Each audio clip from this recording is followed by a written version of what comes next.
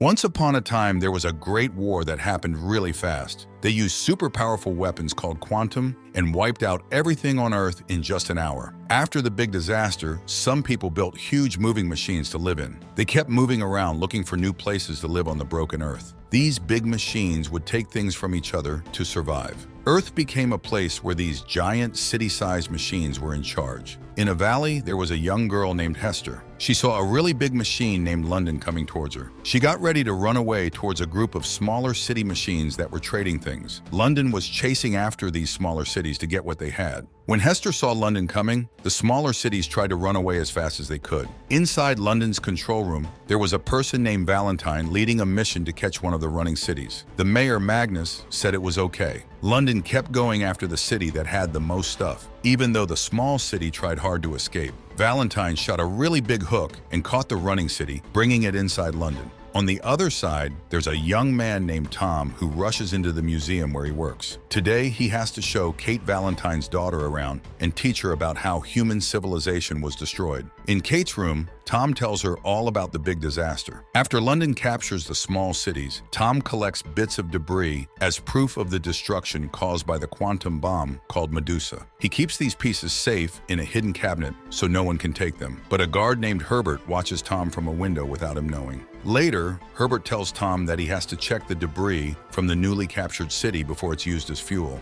Tom hurries there with Kate, who's curious. Meanwhile, inside London's machinery, the people from the captured city are gathered to become workers. Surprisingly, Hester's is among them. As Tom and Kate enter the engine room, Kate accidentally bumps into Tom's colleague, Bevis, who quickly goes off to do his job. While inspecting the debris, Tom encounters Valentine, who shares his interest. Tom notices Valentine retaining remnants from a former quantum bomb's fusion inverter cell, acknowledging its peril, but intending to safeguard it from misuse. During Valentine's address to the residents of the captured city, Hester emerges from the crowd and assaults him, driven by vengeance for her mother's demise. As Hester prepares to strike Valentine once more, Tom intervenes, causing her to flee in panic with Tom in pursuit through the city ruins being disassembled for fuel. Their pursuit culminates at the brink of a waste disposal hole, where Tom intercepts Hester's just as she attempts to leap. In a tense moment, Hester discloses her identity and accuses Valentine of her mother's murder, denouncing him as a monster before breaking free from Tom's grasp and plunging into the void. From behind, Valentine approaches Tom and inquires about Hester's revelations. Tom relays her accusations, but instead of heeding them, Valentine forcefully shoves Tom, causing him to tumble into the garbage disposal. Kate arrives at that moment and rushes to her father's side. Valentine informs Kate that Tom fell in while attempting to restrain the girl who had previously assaulted him. Although saddened by the news, Kate notices Bevis, who has been observing them. Back in his quarters, Valentine endeavors to console Kate, who is deeply distressed over the loss of her close friend Tom. He assures her that he will dispatch a scout plane to locate him. Intrigued by the woman who attacked her father, Kate queries Valentine, who explains that she might hail from the static city of Shan Guo, which harbors a long-standing grudge against mobile cities like London, a conflict rooted in ancient history. In her father's chamber, Kate discovers a photograph and a map of Shan Guo concealed behind a wall. Meanwhile, outside the city walls, scout planes scour the area in search of both Tom and Hester's, who disappeared into the disposal hole.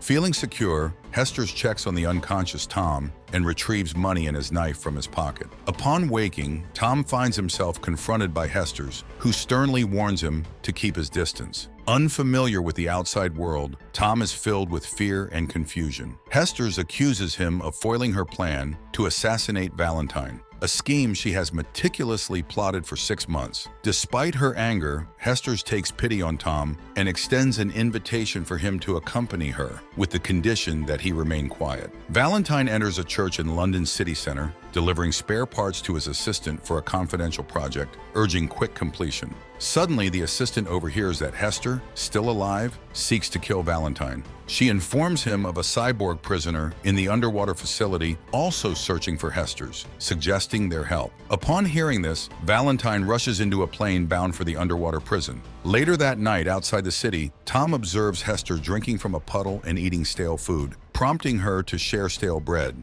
their only sustenance. Tom shares his dream of becoming a pilot in memory of his deceased parents, and after their passing 8 years ago, he had to work at the museum to survive. Tom attempts to learn about Hester's past, but she declines, choosing to rest instead. Soon after Hester wakes up, she becomes alarmed as Tom notices a machine approaching. Worried it might belong to cannibals who prey on humans for food, Hester urges Tom to hide. They make a run for it, but Hester injures her leg from an arrow shot. Just as they're about to be caught, Tom stumbles upon a hidden door in the ground, leading them to the refuge of an elderly couple. Once it's safe, the old man moves his machine away and offers Tom and Hester a place to rest. Meanwhile, deep within London, Kate has a secret meeting with Boas, questioning him about Tom's fall. Beavis discloses that he saw Valentine deliberately push Tom, leaving Kate stunned. Furthermore, Bevis mentions Valentine's covert project in the church, though he's unaware of the specifics due to tight security measures. Prompted by this revelation, Kate recalls a concealed passage that could lead to the church. On another side, Hester starts to remember what happened to her when she was 8 years old.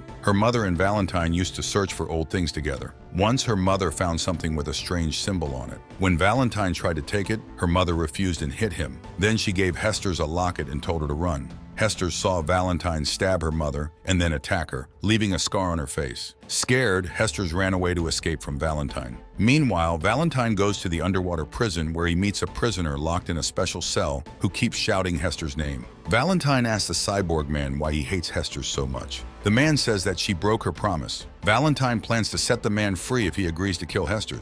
After that, Valentine goes back to his plane and shoots at the underwater prison until it falls apart, freeing the man. Once he's free, the man sets off to find Hester. In a different location, Tom realizes they're locked inside their room by the old man. Thankfully, Tom discovers a concealed escape route below. However, Hester's injured leg impedes her from escaping. Despite her insistence that Tom leave alone, he decides to remain with her, witnessing her vulnerability. Eventually, they're taken to a marketplace where humans are sold. Hester's is offered to buyers at a high price. Anna, a bidder, turns out to be a wanted fugitive. When the seller refuses to release Hester's, Anna shoots him and instructs Hester's to escape. She eliminates the guards while Hester's frees Tom. As they rush to leave, they encounter Shrike, the cyborg pursuing Hester's. Shrike intends to capture and kill Hester's, prompting them to flee up a towering wheel and onto a bridge. Anna shoots Shrike from behind and tells Hester's and Tom to board her plane, successfully escaping from Shrike's pursuit. But then, Shrike sees a hot air balloon and rushes to get on it. Inside the plane, Anna helps Hester with her hurt leg and says she knew her mom. After Hester's mom passed away, Anna kept looking for her. She praises Hester's for surviving alone since she was 8 years old. Tom starts to think suspiciously, believing Hester's was raised by Shrike, who chased her. Hester's defends Shrike, saying he's not bad.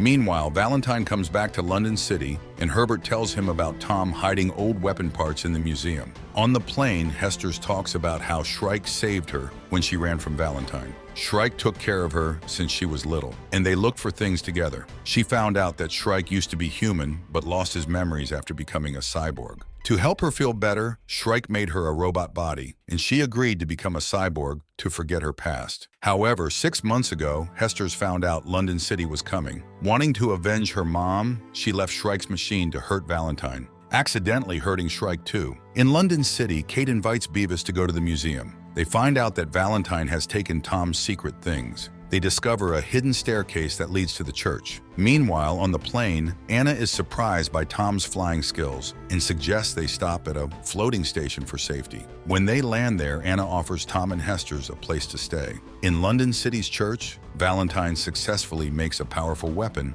making Mayor Magnus angry because he disagrees with Valentine's actions. At the floating station, Anna gathers Tom and Hester's in a room where they are surrounded by people who hate the city. She asks Hester's if her mom left something for her before she died. Hester's remembers Valentine taking a special machine from her mom. Tom recalls Valentine taking a strange cell from the junkyard and shows a picture to Hester's to help her remember. They realize it's the core of a dangerous bomb. Tom explains Valentine's plan to build a weapon, and Anna realizes Valentine wants to attack Shan Guo. Back at London City's church, Mayor Magnus was stunned to see the dangerous quantum weapon activated. He argued fiercely with Valentine, who was determined to use it to control the world. Despite Magnus's protests, Valentine insisted on his plan and tragically killed Mayor Magnus. Kate, who witnessed this horrific act, was utterly shocked and couldn't believe what she saw. Meanwhile, at the floating station, Shrike launched an attack, causing significant damage to the station. Tom fled with Hester's while Anna and the others battled against Shrike.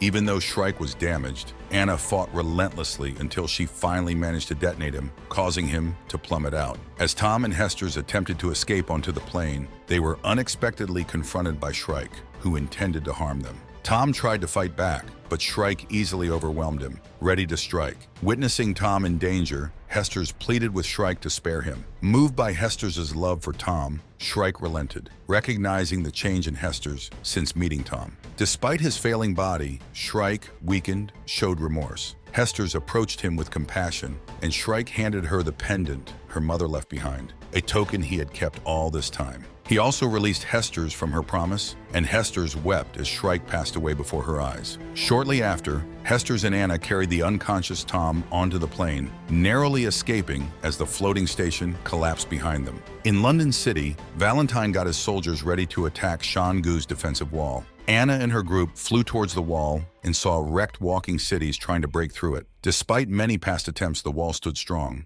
After passing through, they spotted Shan Guo's beauty and allied aircraft getting ready to defend against London's attack. When they landed, Anna took them to meet Shan Guo's governor. She urged immediate action against London's dangerous Medusa quantum weapon. Upon hearing this, the governor ordered an attack before London could reach the wall. Tom raised concerns about innocent Londoners, but the governor explained that their lives were also in danger. Reluctantly, Tom agreed, and the troops geared up for battle. Inside London City, Valentine commanded his men to start shooting. The quantum weapon blasted, destroying the upper part of the defensive wall and causing fires. It powered up again, ready to fire once more. Behind the protective wall, Hester's and Tom told Anna about the flash drive that could deactivate the dangerous weapon. Anna hurried them into the plane, and they flew towards London City. As London City fired again, destroying more of the wall, Anna piloted low to avoid the attacks while her friends battled against artillery. Eventually, they neared the city. Hester's quickly descended from the plane, while Anna prepared to assist her. Inside the church, Valentine readied the weapon for another strike. However, Anna intervened, shooting him from above. Though wounded, Anna confronted Valentine. Meanwhile, Hester sneaked into the church and used the flash drive to deactivate the weapon. Anna urged Hester's to leave, sacrificing herself to stop the weapon. As Anna fell, the weapon was destroyed, but London City continued its advance towards the wall. In the control room, Kate discovered the officers dead, while Valentine attempted to flee on a plane. Meanwhile, Kate used a radio to tell Tom that the engine in the control room was wrecked, so she couldn't stop London City from moving. Tom got an idea and told Kate to open the engine room of London City. On the plane, Hester's wanted to kill Valentine. Suddenly, Valentine confessed that he was her father and seized Hester's weapon when she wasn't ready. At the same time, Kate managed to unlock the engine room, allowing Tom to get in and shoot London City's main engine. The explosion startled Valentine, and Hester's attacked him again. Then she jumped to reach Tom's plane. Tom shot down Valentine's plane, and it crashed under London City, crushing him. With Valentine beaten, London City finally stopped moving because its engine was damaged. Everyone felt relieved that the danger was gone. Not long after, Governor Kwan arrived and let the surviving London City residents take shelter inside Shan Guo City, behind the defensive wall. Meanwhile, on the plane, Tom invited Hester's to travel around the world with him. The moral of the story: before seeking revenge, make sure the person you're targeting isn't actually your long-lost parent. It could save you a lot of trouble and confusion. Thanks for listening, everyone.